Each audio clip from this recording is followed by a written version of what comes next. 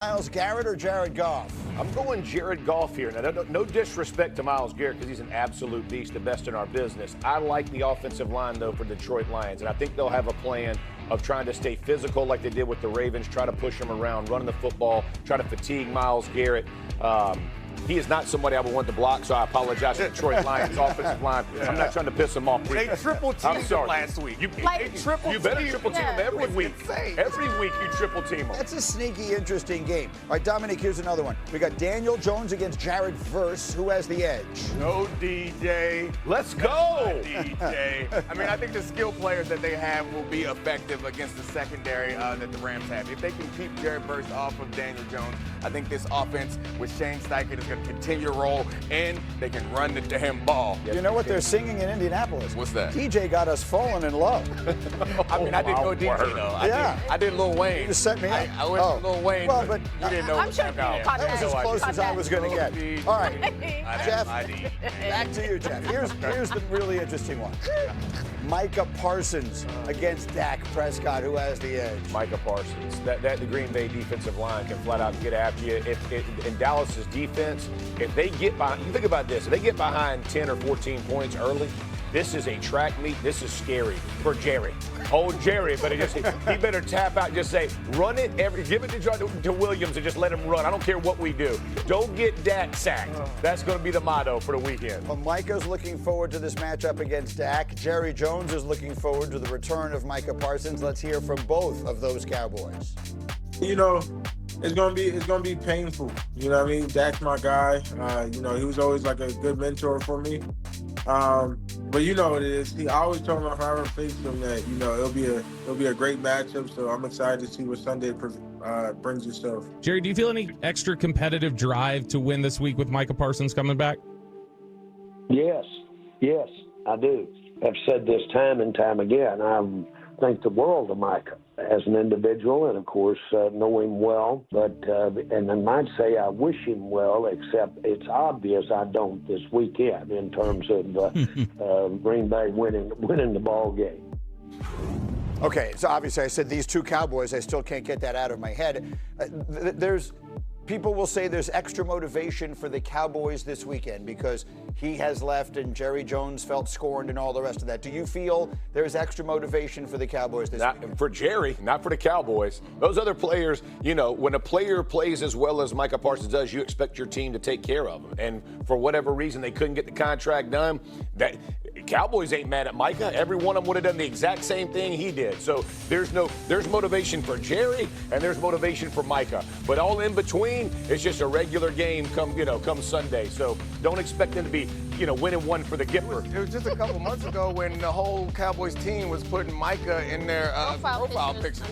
They're not mad at Micah. No. There's no revenge game for them. It's going to be a lot of hugs and Dak pregame. That's right. I'm just looking forward to if Micah gets a sack, what his celebration is going to be. I feel like you got to find Jerry's box and point to it. That's the move. You got to find it and point to it or something like that, or tap on the ring finger. But you have to do something to make sure Jerry knows that this sack was special. Yeah. So for Micah Parsons, look, the schedule makers got this one right. You got Green Bay, got the revenge game. You got all these different factors in.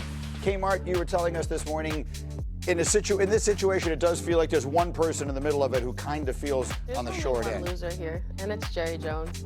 Because since the Micah Parsons situation happened, he's had to ask questions about, so this offense, this defense, are you going to trade for guys? Are you going to sign guys? Like, what are you doing? He's like, yeah, I'd love to have a pass rush. I think you look at Micah. He went to a potential Super Bowl winning team. He got paid. Dak got his money. CD got his money, and he's not even on the field right now.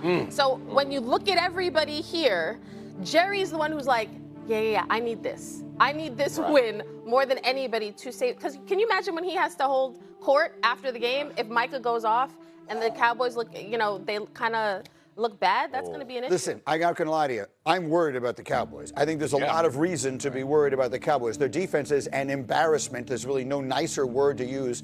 And a month ago today, you probably would have said their two best players were C.D. Lamb and Micah Parsons. You would have. One of them is out a month, and the other one is playing for the other team. Yeah. The Cowboys are in serious, if not for Brandon Aubrey, they'd be 0-3 now. They're in serious jeopardy of falling out of this thing completely before we get anywhere near Halloween. Yeah, when you think about Schottenheimer his plan for this weekend, this is when coaching really does matter, because he is going to have to put together a flawless plan in how do we protect Dak? How do we slow it down? How can we slow this game down and make it as ugly? Throw it back to the Green Bay game, Green Bay year of the 60s, right? Like, we need that type of, Javonte Williams got to get 4 yards a carry, keep us in the game, because I'm telling you, if it's a track meet, this is as ugly as it gets in the NFL. I love how Jeff thinks he outsmarted us when he just did a roundabout way of saying they better run the ball. Better run that.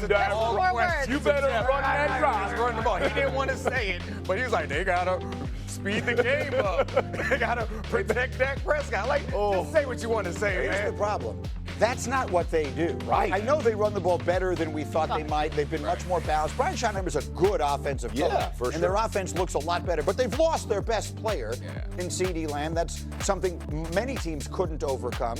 And their defense can't hang no matter what they do. I don't think they can hang no matter what.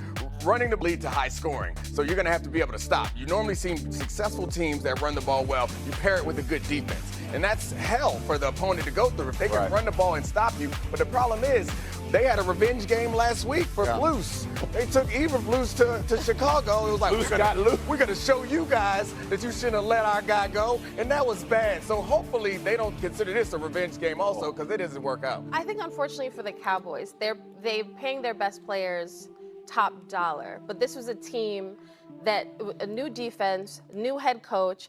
It was going to take time for this defense to get going anyway. And now that they don't have their best player on defense, they don't have their best player on offense, it's hard to feel confident in this matchup, even though they're at home. Oh, I have zero confidence. You can watch this game like you watch a horror movie, like, every once in a while, like peeking up. Oh no, did Micah just pop out from behind the closet or something like that? This one, I think, thoughtful process about developing quarterbacks, and the first thing is protection. And you're seeing it in Chicago. He's trying to help Caleb Williams figure out process and protection.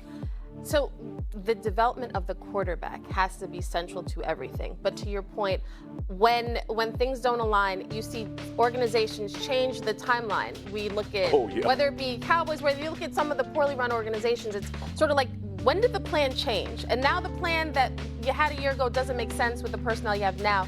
I just think it sounds like people are piling on Jackson Dart. I think the audience, no.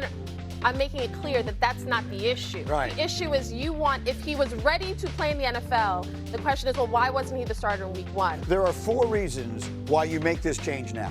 One of them is the quarterback this is exactly the moment in time in which he is ready.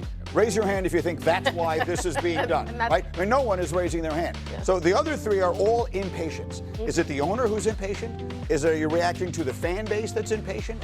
Or is it because the locker room is impatient? You guys put that in my head yesterday, and that's the one that actually would make some sense to me, is if the coaching staff believed the locker room, after what happened down by the goal line last week, was something they could not come back from, and they were going to lose the locker room. Careers are short and opportunities are fleeting, and the quarterback is the most important person, I'm sure, on the team. And I'm sure that all of us have experiences where you go to a situation and it's not because of you that you don't have success. I think that if the quarterback plays well, everyone else looks better. So when guys are looking at the quarterback and don't have confidence, it makes it really hard to come to work and do the extra work. Yeah. I wanted to get the Russell Wilson side of this in here. This conversation was too good. We'll come back to it, though, because there's another side of this. We may have seen the last of a genuinely great player.